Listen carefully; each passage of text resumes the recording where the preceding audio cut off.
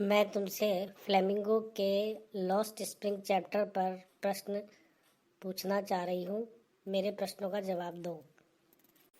ठीक है, हम आपके प्रश्नों का जवाब देते हैं। अगर कोई नई बात हो तो बताना। तो बताओ।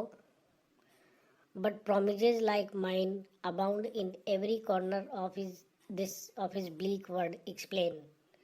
लेकिन मेरे जैसे वायदे उसके धुंधले संसार में सब और भरे हुए हैं, समझाओ। Through this statement, the author throws light on the gloomy world of the poor children.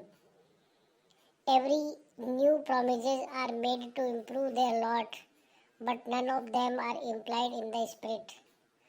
लेखिका बच्चों के गरीब दुखपूर्ण संसार पर प्रकाश डालती है। वो कहती है कि वादे तो करते हैं परंतु कोई पूरा नहीं करता। Bring out the irony in the name of the rag picker boy साहेब ए आलम। साहेब ए आलम कचरा बीनने वाले लड़के के नाम में विडंबना क्या है, बताओ।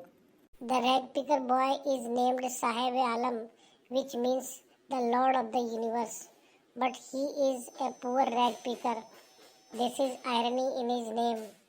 साहिब आलम का मतलब है संसार का स्वामी, ब्रह्मांड का स्वामी, लेकिन वह कचरा बीनता है। यही विडंबना है। Where is saheb going with the steel canister in his hand. साहेब स्टील का कनस्तर अपने हाथ में लेके कहाँ जा रहा था। Sahib is going to the milk booth with steel canister in his hand. He works at a tea stall. The tea stall owner sent him to fetch milk from there. Describe the living conditions of the children like साहेब। साहब जैसे बच्चों के जीवन की दशाओं का वर्णन करो।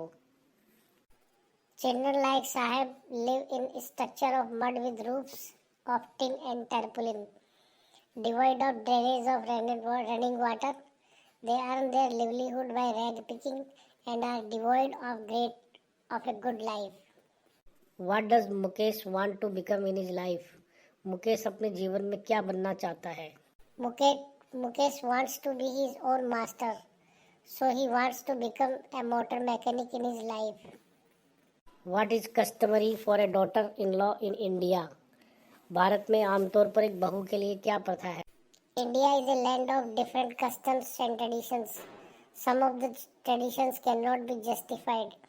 It is customary for a daughter-in-law in India to veil her face before male elders. परंपराओं और प्रथाओं का देश है भारत। इसमें कुछ परंपराएं न्यायोचित नहीं हो सकती। भारत में बहू द्वारा बड़े पुरुषों के सामने घूंघट करने की परंपरा है। अब मेरे अंतिम प्रश्न का जवाब तुम दो। Why do welders of glass pieces usually lose their eyesight?